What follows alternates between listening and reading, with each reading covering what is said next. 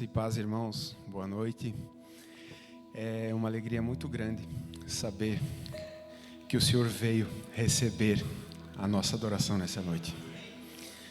Foi muito visível a presença do Senhor até aqui e cremos que continuará assim, porque o Senhor é bom e o teu amor e o seu amor dura para sempre. Os irmãos querem ficar de pé comigo para a gente ler o primeiro versículo dessa noite, Hebreus 12. Hebreus 12, versículo 16 e 17.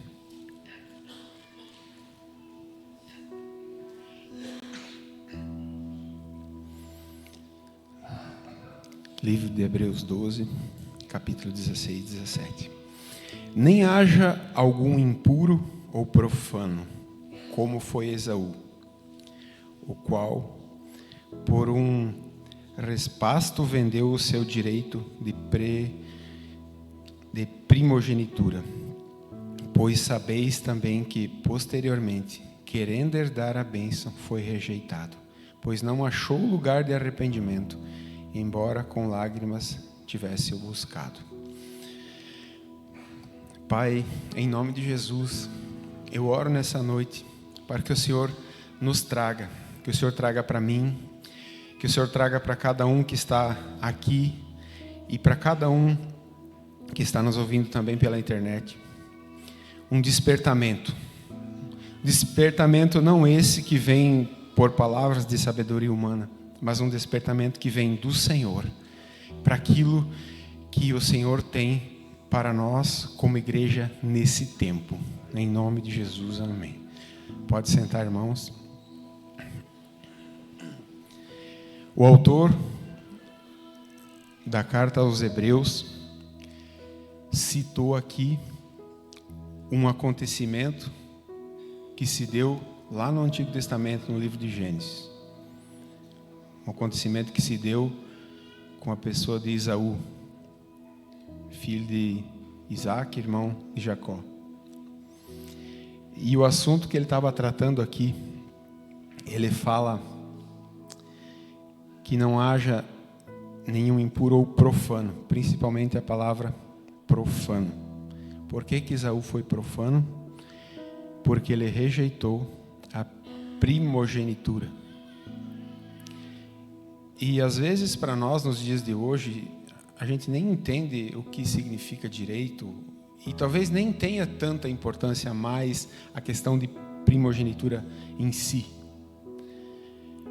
Mas é importante a gente entender um pouquinho do significado disso para nós entrar no contexto de o porquê ele foi profano. Então, na época, no Antigo Testamento, naquele tempo, o filho primogênito, o primeiro filho, ele tinha diversos, vamos colocar assim, benefícios por ser o primogênito. Primeiro, que ele tinha direito a, no mínimo, 50% da herança do pai. Mesmo que um pai tivesse 10 filhos, o filho primogênito ficava com a metade e a outra metade dividia para os outros 9. E até mais, se o pai quisesse dar outras propriedades, ele poderia fazer isso. Então esse era o direito do filho primogênito. Outro benefício do filho primogênito era a liderança. Ele assumiria então o papel de sacerdote familiar, de líder espiritual, guiando a família nas práticas religiosas e nos rituais. Então era mais um dos benefícios, uma das bênçãos, né, que o primogênito tinha direito ali. Outra coisa interessante que era direito do filho primogênito era o direito de sucessão. O primogênito também herdava a posição de liderança política e social do pai. Um exemplo disso seria, no caso, os reis, né? Quando um rei morria, o filho primogênito, o filho mais velho, teria então o direito. Pelo menos era assim que era para ser, né? Ele tinha o direito de assumir o trono. E o mais importante de tudo, o direito mais importante de tudo que o filho primogênito tinha, era a bênção do pai. O pai tinha o poder, ainda tem, né? Mas na época o poder de liberar uma bênção profética. E tinha grande importância e relevância na vida do primogênito. Se você for ler ali no Antigo Testamento, o próprio Jacó abençoou os 12 filhos. Abençoou individualmente a cada um. E exatamente as palavras proferidas por Jacó foi o que aconteceu na vida de cada um dos filhos. Então, quem tinha a bênção do pai, quem tinha essa bênção, era quase impossível dar errado na vida. Era quase impossível. Tinha tudo para dar certo, tinha tudo para ir bem. Então, vamos agora para a história em si de Esaú. Vamos abrir lá então Gênesis 25. Vamos ler só uma parte, porque é mais comprido, mas vamos ler do Gênesis capítulo 25, do versículo 27 até o 34. Gênesis 25, do 27 até o 34. Os meninos cresceram. Esaú tornou-se caçador habilidoso e vivia percorrendo os campos, ao passo que Jacó cuidava do rebanho e vivia nas tendas. Isaque preferia Esaú, porque gostava de comer de suas caças. Rebeca preferia Jacó. Certa vez, quando Jacó preparava um ensopado, Esaú chegou faminto, voltando do campo, e pediu-lhe: dê-me um pouco desse ensopado vermelho aí. Estou faminto. Por isso também foi chamado de Edom. Respondeu-lhe Jacó: venda-me primeiro o seu direito de filho mais velho. Disse Esaú: estou quase morrendo. De que me vale esse direito? Jacó, porém, insistiu: jure-me primeiro. Então, ele fez um juramento, vendendo o seu direito de filho mais velho a Jacó. Então Jacó serviu a Esaú pão com ensopado de lentilhas. Ele comeu e bebeu, levantou-se e se foi. Assim Esaú desprezou o direito de filho mais velho. Então, meus irmãos, entendendo um pouco do que se trata ser o filho primogênito, o que ele fez, o autor dos Hebreus, ele chama de profano. De profano. Vender esse direito. E o que isso tem a ver com nós? Qual é a implicação? O que isso ensina a nós? Aonde nós podemos estar cometendo algo parecido com o que Esaú fez? Ou será que não? Só porque hoje o filho primogênito não tem mais todos esses direitos, todos os filhos são iguais, e corre o risco de nós cometermos algo ao ponto de sermos chamados de profanos? Foi muito maravilhoso, na verdade, todas as canções, né? Mas ali, já começou falando ali, nos louvores dessa noite, já começou Deus falando. Jesus, ele veio para os seus, que eram os judeus da época. Mas a Bíblia diz que os seus não o receberam. E agora, quem quiser abrir comigo,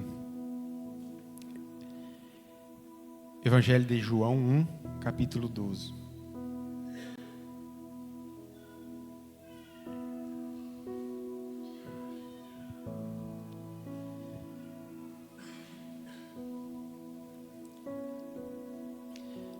Evangelho de João, versículo 1, capítulo 12. Contudo, aos que o receberam, aos que crerem em seu nome, deu-lhes o direito de se tornarem filhos de Deus. Quem é filho de Deus? Dá uma glória a Deus. Então, mais importante do que ser filho de Isaac, mais importante do que ser um filho primogênito no Antigo Testamento, é nos dias de hoje sermos chamados de filhos de Deus. E todos quantos o receberam, Ele deu-lhes o direito de ser filho. E quem é filho tem direito ao reino, como foi cantado. Quem é filho tem direito a todas as bênçãos do filho primogênito e muito mais. E muito mais. E tem direito à eternidade. Mas infelizmente, o Senhor quer chamar a atenção, porque muitos têm rejeitado. Por isso o título dessa mensagem: não despreze a bênção de Deus. Não despreze. Não despreze o privilégio, não despreze a oportunidade e nem o direito que você tem como filho.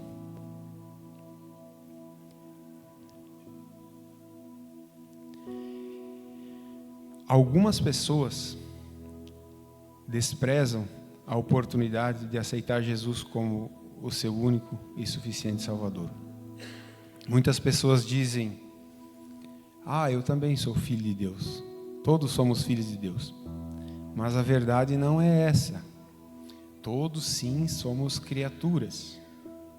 Todos que nasceram são criaturas de Deus.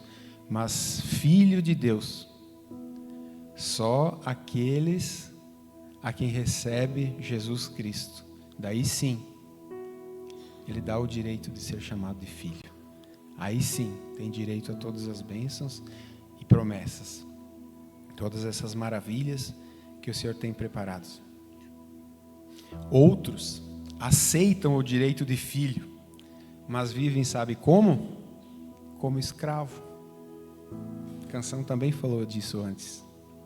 Quantos e quantos que são filhos, quantos e quantos que aceitaram Jesus como Senhor e Salvador, mas vivem literalmente como escravo. Não diferem em nada das pessoas do mundo.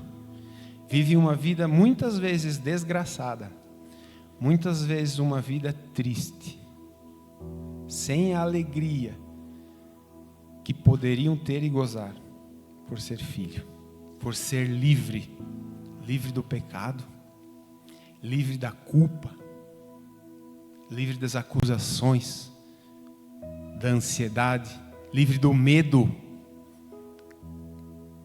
Meus irmãos, nós não precisamos ter medo. Quem é filho de Deus, quem é livre, não precisa viver com medo. Deve viver alegre, feliz, cheio de esperança. Deve ser diferente das pessoas do mundo.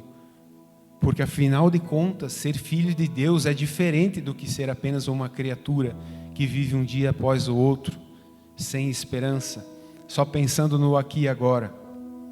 Por que Esaú vendeu a primogenitura?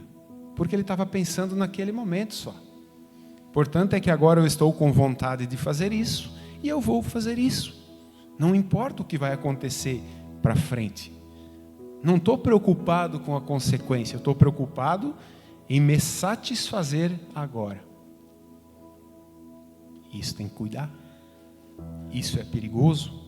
Isso leva muitos à ruína. Então, não vivamos mais como escravo. Vamos aceitar o direito de filho e viver como filhos livres. Livres. Meus irmãos, se todos conseguissem entender essa liberdade, essa paz, esse amor, como seria diferente? Como tudo seria diferente se todos entendessem, se todos gozassem dessa paz, dessa alegria, desse refrigério que só o Senhor tem.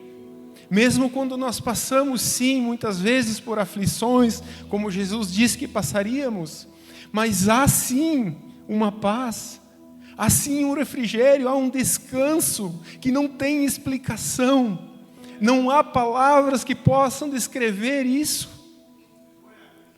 É maravilhoso, e a promessa é para que cada um de nós possamos usufruir disso, meus irmãos. Não percamos a fé, não vamos desistir, vamos buscar isso. É promessa, é palavra. Gálatas 4, capítulo 4, versículo 7. Só confirmando o que eu já estava falando. Gálatas 4, 7. Assim, você já não é mais escravo, mas filho. E por ser filho, Deus também o tornou herdeiro. Que maravilhoso que isso é. Quantos muitas vezes pensam, meu Deus, porque eu nasci pobre, por que eu não nasci filho de um empresário tal, ou de alguém que tem muito dinheiro, que eu pudesse ter uma herança boa? Mas o que você quer mais do que ser filho de Deus? O que você quer mais do que ter direito ao reino, o reino eterno, que não se acaba, que não tem fim, que não há sofrimento, como já foi dito? Outra coisa que nós não podemos desprezar e nós precisamos entender com muita clareza, quem é filho é membro da família de Deus, e como membro da família de Deus tem muitos irmãos.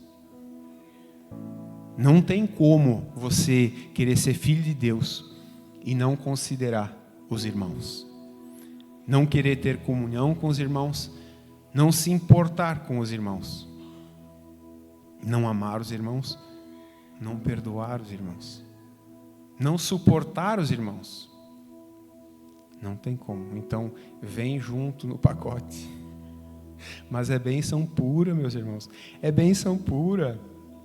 Olha só, Salmo 133, do 1 ao 3. Salmo 133, do 1 ao 3.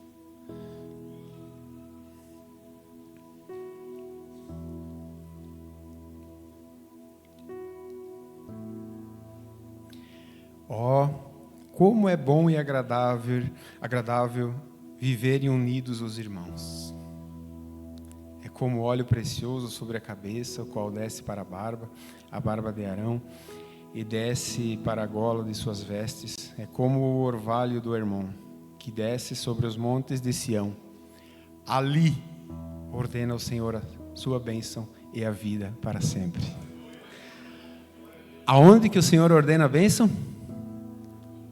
Onde os irmãos estão em união, onde os irmãos estão em comunhão, seja num culto como o de hoje, seja quando você convida o irmão para ir na sua casa, seja quando você vai na casa do irmão, seja no GA, quer ver no culto de Santa Ceia. O pastor Aurélio pregou na última ceia, 1 Coríntios 10:16, do cálice da bênção. Quando você participa da Santa Ceia, você participa da bênção. Você é abençoado ali. E quantos que desprezam? Às vezes deixam de vir no culto, principalmente no culto de ceia, para ir para a praia. Não tem nada errado de ir para a praia. Não tem nada errado de viajar ou de fazer um negócio. Mas no cálice da bênção, você vai trocar por um passeio? Ou porque está cansado, ou porque vai fazer hora extra? Será que você não está sendo profano? Ou será que eu me incluo nisso? Será que nós não nos tornamos profanos quando nós deixamos de participar de algo tão importante e trocamos por algo comum? Então examinamos a nós mesmos e vejamos se há em nós algo que precisa ser mudado. Outra oportunidade que muitos têm desprezado, às vezes, de abrir um GA na sua casa. Às vezes você tem uma casa espaçosa,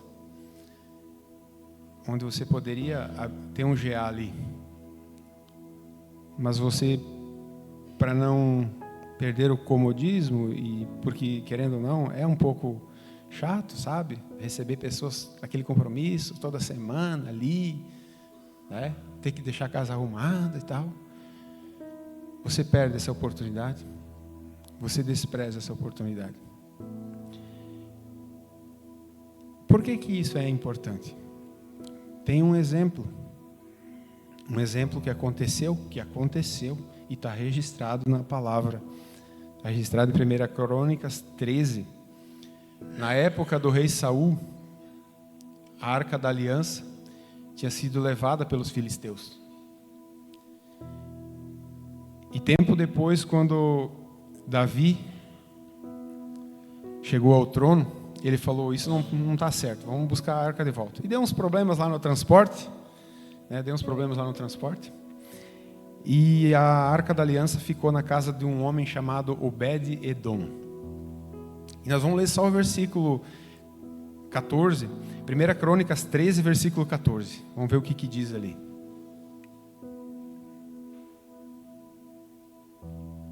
Primeira Crônicas 13, versículo 14. Antes de ler, eu só quero reforçar aqui que a Arca da Aliança, na época, ela representava a presença de Deus. Onde a Arca da Aliança estava a presença de Deus. Hoje, aonde nós estamos, está a presença de Deus. Aonde os irmãos estão, está a presença de Deus. Mas na época era a Arca da Aliança. Então o que diz ali?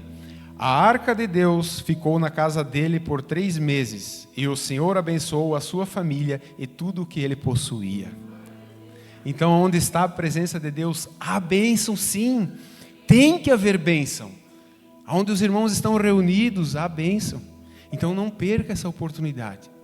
Não perca qualquer oportunidade que você tiver de estar junto com os irmãos, de estar em comunhão, de estar participando de todas as programações da igreja, da comunidade.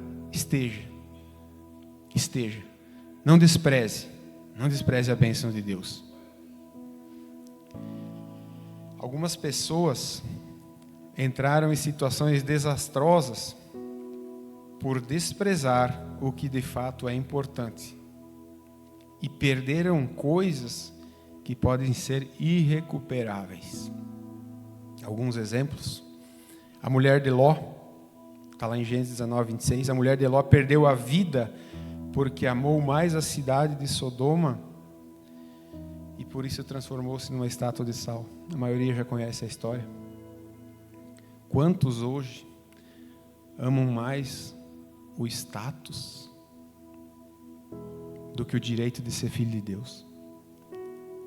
Muitas vezes tem vergonha de colocar lá no seu Facebook, no seu Instagram que serve ao Senhor, ou não quer deixar certas práticas erradas e pecaminosas por causa do que os outros vão pensar, ou gosta tanto daquela vida que leva, gosta tanto que não quer sair, mesmo que Deus diga, eu venho aqui te pegar pela mão, eu quero te levar para o céu, para um caminho melhor, para um caminho excelente, mas não consegue, só vai de arrasto e ainda olhando para trás. No caso da mulher de Ló, ela morreu. Outro exemplo, Davi, por causa do seu pecado com Betseba, perdeu a alegria da salvação. Salmo 51. O pecado dele foi adultério. Quantos hoje estão em fornicação? Estão cometendo adultério? Estão na pornografia? E eu vou falar para vocês, perde a alegria da salvação. Às vezes por um momento de prazer imediato, você coloca em risco a tua vida eterna. Você coloca em risco esse reino que o Senhor oferece para os seus filhos. Irmão, se você está nessa prática Deus diz o seguinte para você nessa noite: quem confessa o seu pecado e deixa alcança a misericórdia. Há tempo. Para Esaú não deu mais tempo, não achou lugar de arrependimento, mas para nós há tempo. Glórias a Deus, porque para nós há tempo. Outro exemplo que eu quero dar: Judas, por causa de 30 moedas de prata, perdeu a oportunidade de ser lembrado como um dos 12 apóstolos fiéis a Cristo. Tanto é que ali em Atos 1:25, eles escolheram Matias e fala assim: para preencher a vaga nesse ministério e apostolado do qual Judas se transviou. Quantos que por causa de dinheiro se corrompem, mentem, traem os amigos, roubam por causa de dinheiro, enganam, são falsos. E o que podemos falar das brigas por herança entre irmãos de sangue? Por causa de dinheiro, Judas perdeu o direito de ser contado como um dos 12 apóstolos. E quando ele é lembrado como traidor.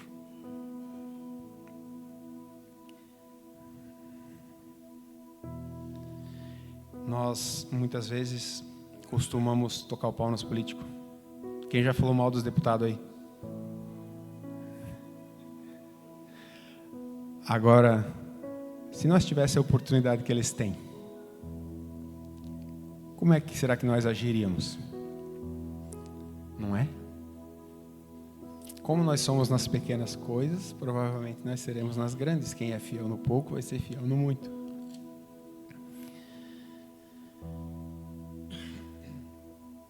Por que hoje, então, muitos cristãos não recebem a bênção?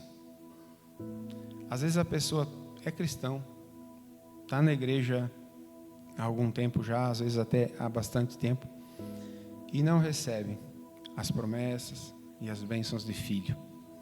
Muitas vezes recebeu uma promessa e não se cumpriu. Então, alguns exemplos. Primeiro, não creem de fato nela. Não creem de todo o coração na bênção de Deus, na promessa de Deus. Não creem de todo o coração no reino. Não creem de todo o coração na vida eterna. São simpatizantes, mas de todo o coração mesmo não creem. E esse é um dos motivos de não receber. Às vezes acho que não vale a pena.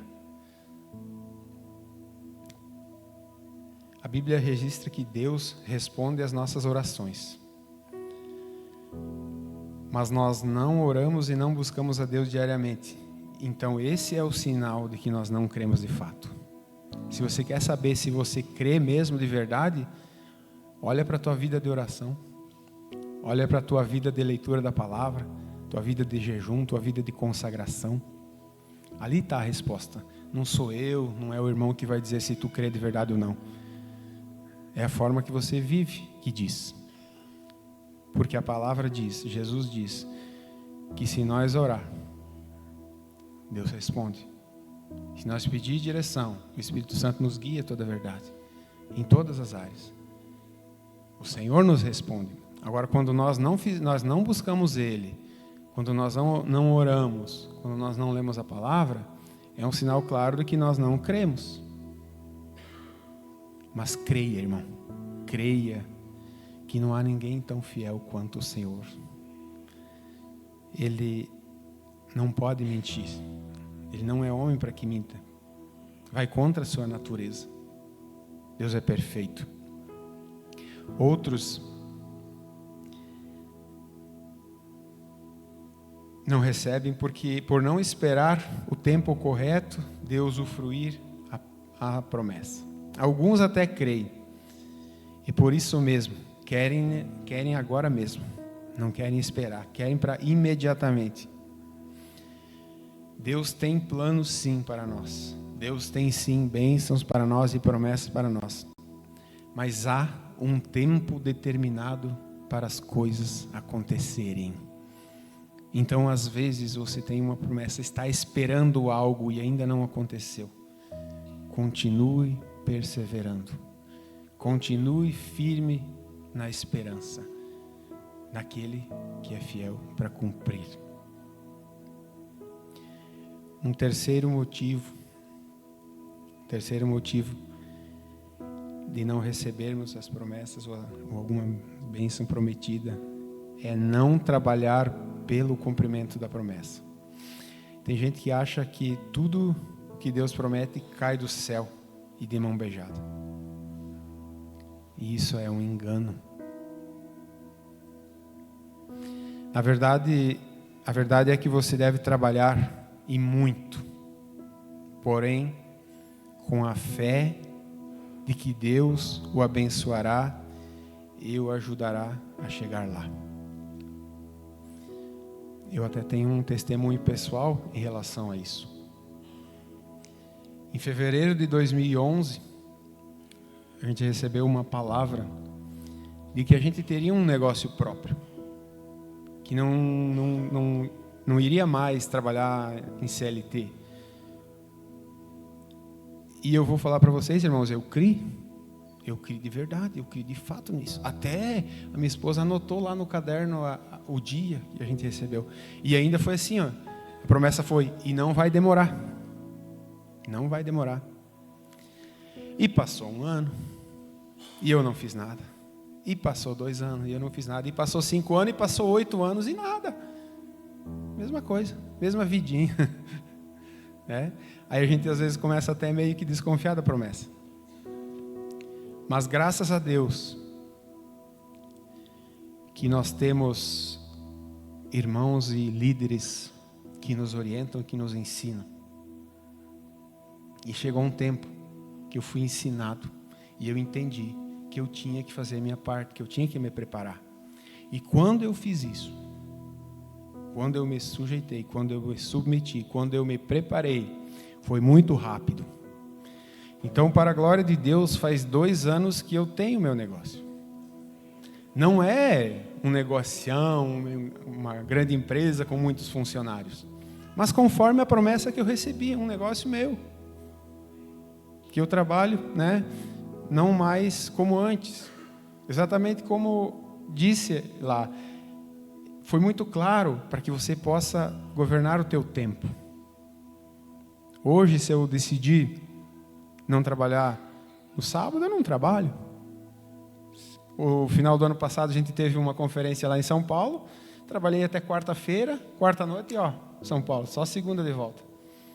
Hoje eu posso fazer isso. Então, não é pela riqueza, por grande quantidade de dinheiro que eu ganho, mas é porque o Senhor tinha para mim algo que fosse bom, pela questão do tempo, e assim eu poder também servir mais na obra. Então, quantos de vocês aqui têm promessa, às vezes de um negócio, às vezes de um casamento que você já espera há algum tempo? E eu quero falar algo agora. Você que tem promessa de ter filho, e esse filho ainda não veio, não desista. Não desista que vai vir.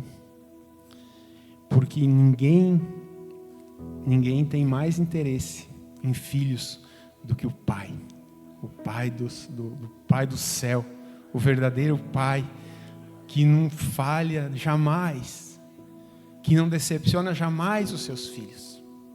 Nós sim, às vezes somos rebeldes, nós sim, às vezes abandonamos o nosso Pai, deixamos como o filho pródigo deixou, para curtir a vida, para aproveitar, viver do nosso jeito. Mas Ele não. Ele está ali de braços abertos, só esperando, só com promessas, com planos bons a nosso respeito de paz, de prosperidade, de alegria, de bênção. Então não rejeitamos, irmãos, não desprezamos essa bênção. Se os irmãos do grupo do louvor quiserem já ir subindo. E uma outra coisa que nos faz perder a bênção, e é o que muito tem acontecido, é desistir. Esta é uma das formas mais comuns de desprezar a bênção de Deus. Começar e não perseverar até o fim.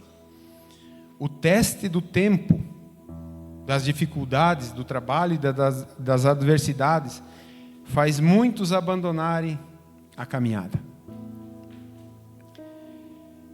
Eu e a minha esposa, a gente aceitou Jesus em 2008 e a gente foi batizado no ano de 2009, em fevereiro, no primeiro batismo do ano. E no ano de 2009 teve 4 batismos nessa comunidade. 4 batismos. Média 25 pessoas por batismo. Então, no ano de 2009 foram batizadas aproximadamente 100 pessoas nessa comunidade. E eu fico muito triste por saber que deve ter uns 3 ou 4 ainda desses. Eu gostaria muito de daqui 20 anos ver cada um de vocês aqui ainda, se Jesus não voltar até lá. Eu gostaria muito que cada um perseverasse até o fim, independente das dificuldades e das adversidades, independente daquilo que parece injusto, mesmo quando você tem que sofrer injustamente, porque às vezes isso é possível acontecer, termos que sofrer injustamente, mas vamos perseverar e permanecer até o fim. E a mensagem principal dessa noite é agora: não sejamos como Esaú, não abramos mão das promessas de Deus e dos sonhos que Ele tem para nós como filhos. Persigamos com perseverança aquilo que nos é de direito. Amém, meus irmãos?